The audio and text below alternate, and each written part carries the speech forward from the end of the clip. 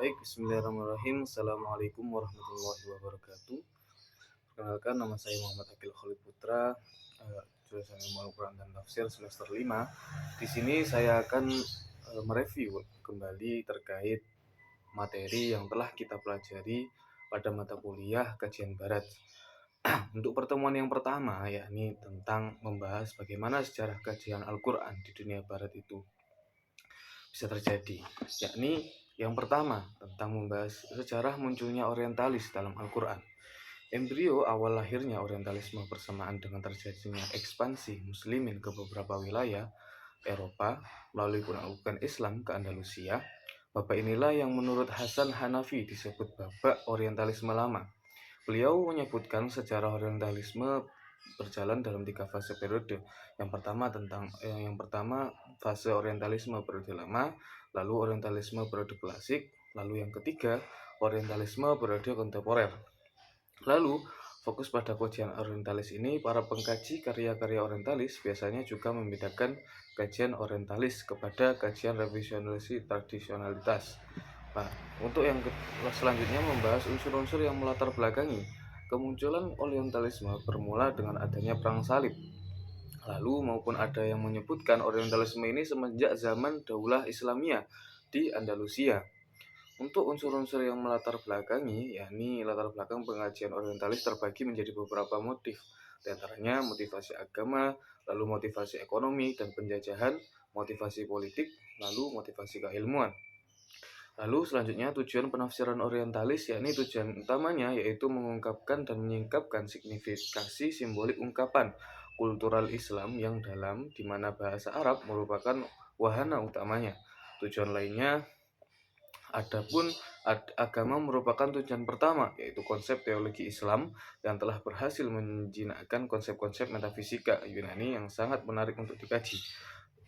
Keilmuan adalah merupakan tujuan kedua, yaitu ketika orang Islam berhasil mengembangkan sains dan teknologi dari berbagai bangsa, orang barat belum memiliki apa-apa. Lalu tujuan ketiga yakni ekonomi, yaitu ketika barat modern mulai dengan industrialisasinya, mereka perlu daerah jajahan dan sekaligus pasar. Lalu pada tujuan keempat yakni tentunya politik, yaitu orientalisme bekerja sama dengan kolonialisasi dalam menghidupi umat Islam. Untuk sedangkan tujuan negatifnya yaitu membuat keraguan terhadap keabsahan Al-Quran sebagai firman Allah. Yang kedua, membuat keraguan terhadap kebenaran ajaran Nabi Muhammad. Yang ketiga, memurtadkan kaum muslim dari agamanya sendiri. Untuk dampak positif orientalisme yakni mengenalkan studi Islam dengan pendekatan lebih akademis dan berbasis analis, lalu menjamurnya institusi-institusi kajian keislaman di barat. Yang ketiga, menguatnya tradisi ilmiah dalam mempelajari Islam, dan yang terakhir adanya dampak balik pada proses kebangkitan Islam. Nah, itu untuk pertemuan yang pertama. Untuk pertemuan yang kedua, lanjut membahas tentang Ignaz Goldziher. Ignaz Goldziher ini siapa sih? Ignaz Goldziher ini dilahirkan pada tanggal 22 Juni 1850 di sebuah kota yang bernama Szekesfehérvár, Hungaria. Dia memiliki pendidikan sekolahnya semenjak usia dini dengan perkembangan yang sangat menarik dan luar biasa. Nah, kerangka berpikir dari Ignaz Goldziher dalam berinteraksi Al-Quran, yakni Goldziher mempunyai pandangan yang buruk terhadap Al-Quran. Menurutnya, Al-Quran hanyalah sebagai alat bagi umat Islam untuk dijadikan senjata ampuh dalam melawan musuh-musuh. Isi dari kandungan Al-Quran ini bukanlah petunjuk yang benar. Demikian, Goldziher mempunyai strategi yang baik disertai semangat yang besar untuk menghancurkan umat Islam dengan berargumen bahwa Al-Quran telah mengcopy paste ajaran Romawi. Kemudian Goldziher juga mengungkapkan bahwa dengan menggunakan pendekatan sejarah, dengan demikian beliau bisa banyak mengomentari tentang sejarah, bahkan kisah-kisah dalam Al-Quran.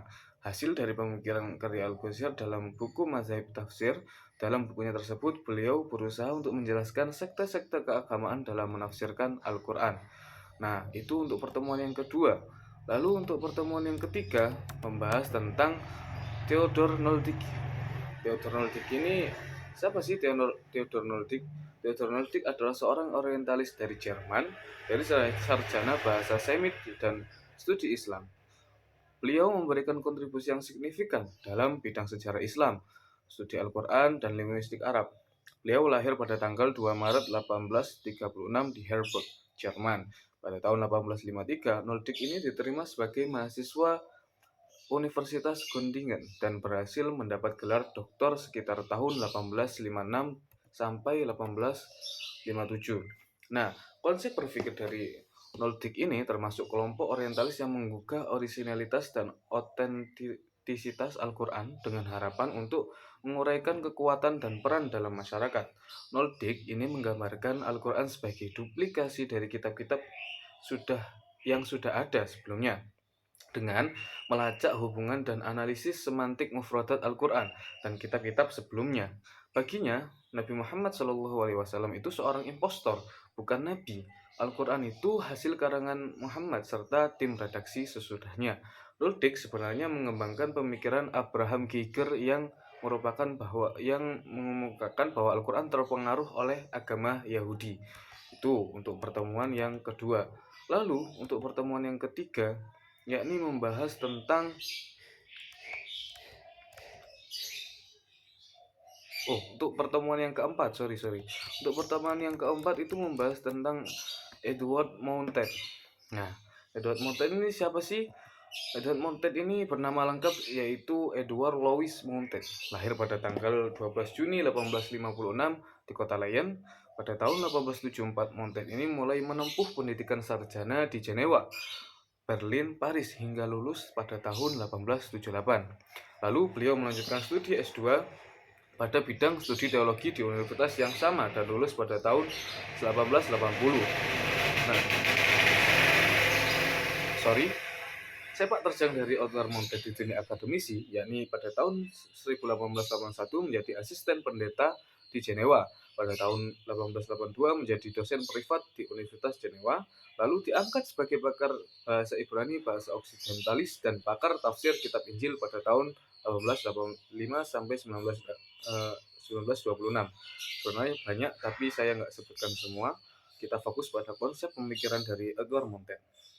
Edward Mounted ini membagi sumber Al-Quran menjadi tiga bagian, yakni bersumber dari orang-orang Yahudi dan Nasrani, bersumber dari syair-syair Arab jahiliyah, bersumber dari kecerdasan yang dimiliki Nabi Muhammad SAW. Nah, pandangan Edward Mounted ini terhadap Al-Quran, yakni Al-Quran bukanlah wahyu Tuhan, tidak ada batas akhir ayat, dan juga itu saja.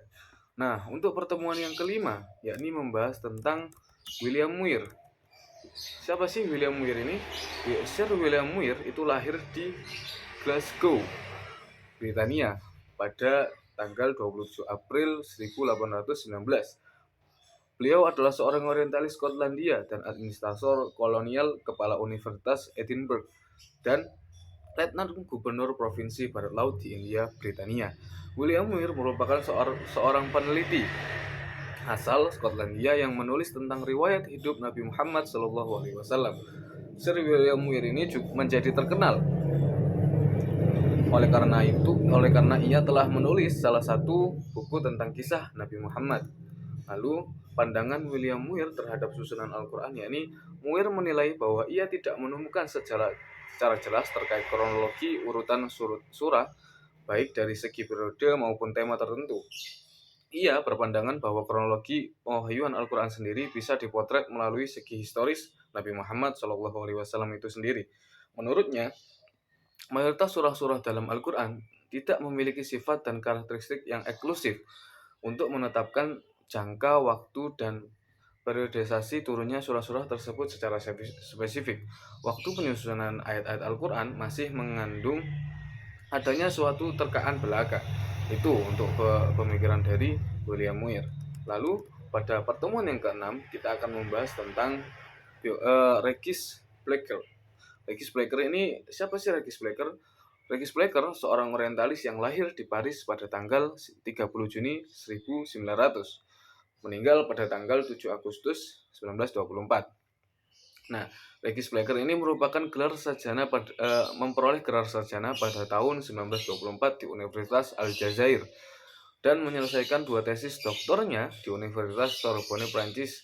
Ia mengajar bahasa Arab Fusha di École Nationale des Langues Orientales dan menjadi guru besar filologi dan sastra Arab abad pertengahan pada tahun 1950. Di Sorbonne, Blacker berguru kepada William Marquez, orientalis Perancis, pakar bahasa Berber dan dialek bahasa Arab Maghribi, dan berinteraksi secara akademik dengan Levi Provençal, yang juga dikenal sebagai orientalis Perancis, ahli sastra dan bahasa Arab serta Spanyol. Nah, kita akan membahas terkait konsep berpikir dari Regis Blacker perihal kalimat Al-Quran. Konsep pemikiran Regis Blacker berangkat dari kesadaran intelektualnya dengan postulat pemikirannya dengan memahami peradaban Islam secara utuh, tidak hanya melalui keahliannya dalam sastra Arab saja, namun membutuhkan pemahaman komprehensif terkait fenomena sentral historisnya. Regis Blacker telah mengungkap fenomena di balik pengumpulan Al-Quran dengan menggunakan metode historisme eksternal. Menurutnya, peristiwa Jamu Al-Quran pada masa Utsman bin Affan tidak hanya sekedar fenomena historis yang tidak berimplikasi apapun, akan tetapi di baliknya terdapat ketegangan intrik, motivasi politik dan etnis yang secara diperankan oleh Utsman bin Affan. Nah, itu untuk kelompok ke-6. Lanjut, pada pertemuan ke-7 itu membahas tentang J. Person. Beliau ini siapa sih? Beliau itu lahir di Cambridge, Inggris pada tanggal 17 Desember 1911 dan meninggal pada tanggal 1 Agustus 1997. Dia adalah seorang bibliografer di bidang studi Islam dan seorang pustakawan Inggris, tempatnya di School of Oriental and African Studies, London. Dia memiliki karya yang berupa katalog artikel berkala yang bernama Index Islamicus yang berisi tentang mata pelajaran Islam. Lalu para orientalis terdapat pengkritikan dia mengenai Al-Quran, yaitu kata dababah yang kemudian ditulis dengan dababah. Menurutnya hal tersebut merupakan kesalahan cetakan. Para orientalis memasuki Al-Quran sebab adanya perbedaan antara para ulama yang dulu. Ada yang mengatakan bahwa Al-Quran memiliki harmoni antara ayat-ayat Al-Quran dan korelasinya satu sama lain. Sedangkan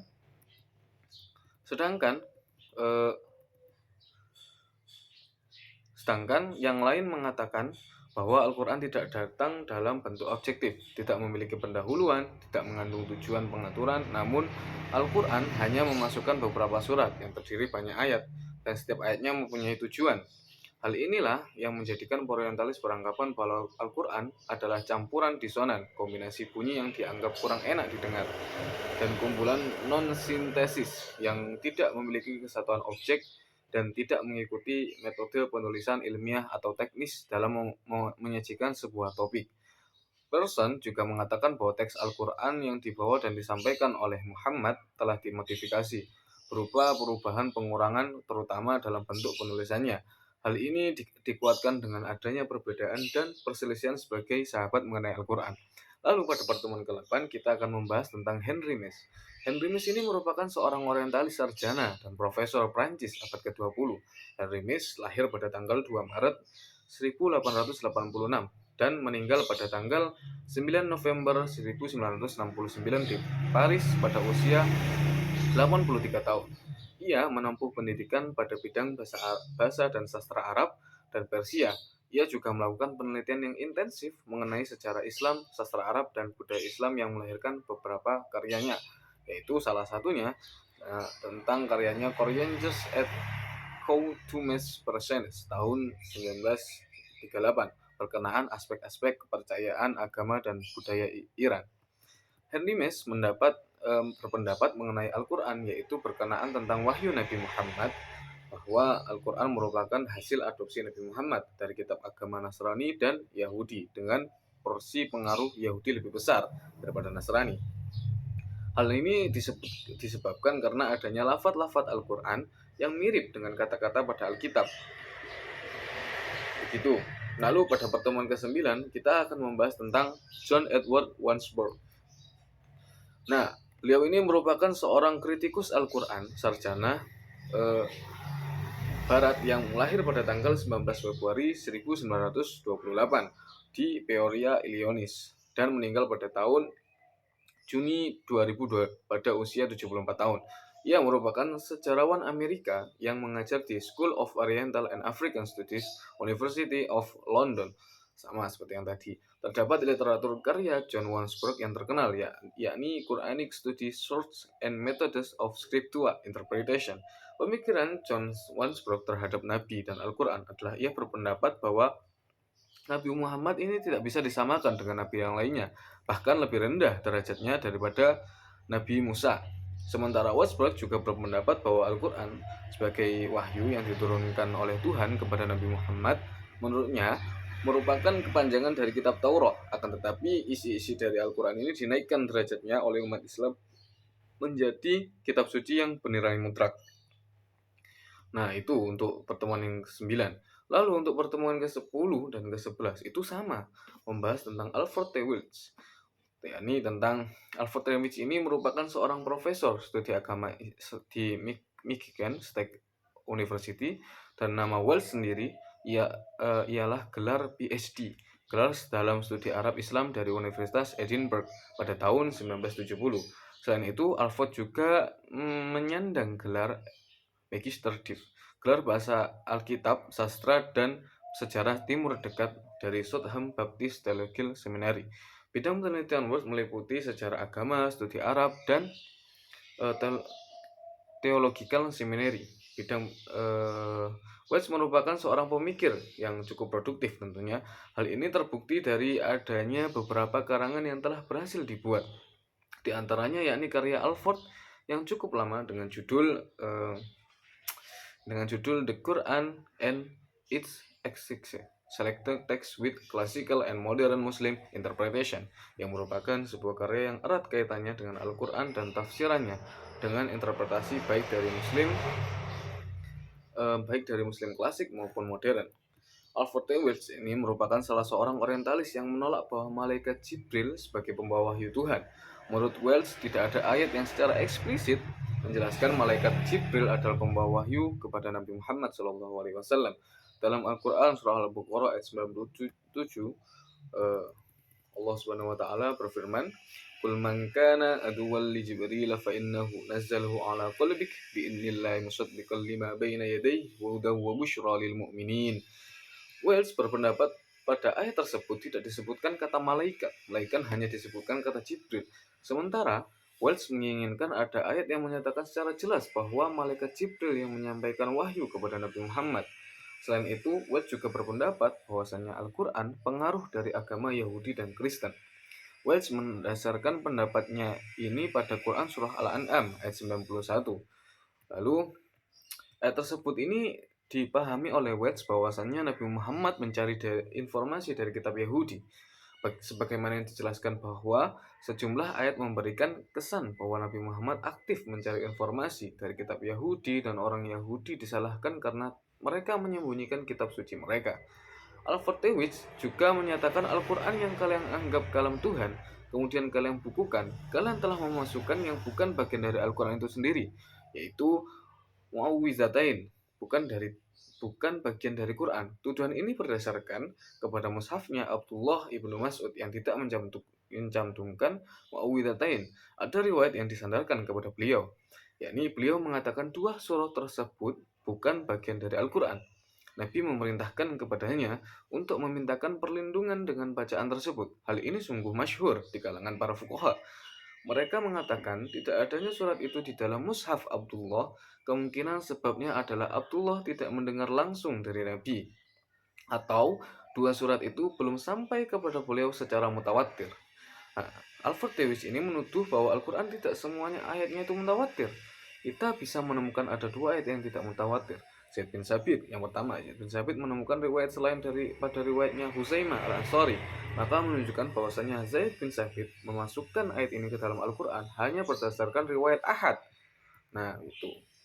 Lalu untuk pertemuan yang ke-12 tentang Karl Forrest, lahir pada tanggal 19 Maret 1857 di Hochkisel, Edinburgh, Jerman, dan wafat pada 5 Januari 1909. Karl adalah seorang tokoh orientalis dan profesor bahasa Oriental di Sekolah Filsafat di Universitas Jena dan direktur Grand Ducal Oriental Coin, Kabinet Jena. Followers berpendapat bahwasanya Al-Quran ini menggunakan bahasa yang sesuai dengan kondisi penduduk di Hijaz, di Mekah, dan Madinah yang tidak memiliki kaidah nahwu. Lalu, para ahli nahwu membangun dan meletakkan dasar-dasar ilmu nahwu berdasarkan keinginan mereka sendiri. Menurut Flores, yang juga dikenal di bidang sejarah agama adalah bagian dari budaya dan sejarah tentunya, dan perlu kembali ke prasejarah untuk mengungkapkan asal-usulnya. Agama adalah institusi yang muncul sebagai hasil aktivitas akal manusia dalam konteks hubungan sebab akibat dengan lingkungannya. Agama tidak membentuk komunitas, tetapi komunitaslah yang membentuk agama. Itulah papar dari Karl Forrest. Sekian dari saya terkait tadi pemaparan materi dari pertemuan pertama hingga pertemuan ke-12, membahas bagaimana sejarah orientalis itu datang, bagaimana sejarahnya, terus para pemuka-pemuka orientalis itu diterangkan dalam beberapa materi pertemuan. Itulah yang bisa saya sampaikan sejauh ini. Saya Muhammad Akil Putra undur diri. Apabila ada kesalahan mohon maaf. Wassalamualaikum warahmatullahi wabarakatuh. Sekian, terima kasih.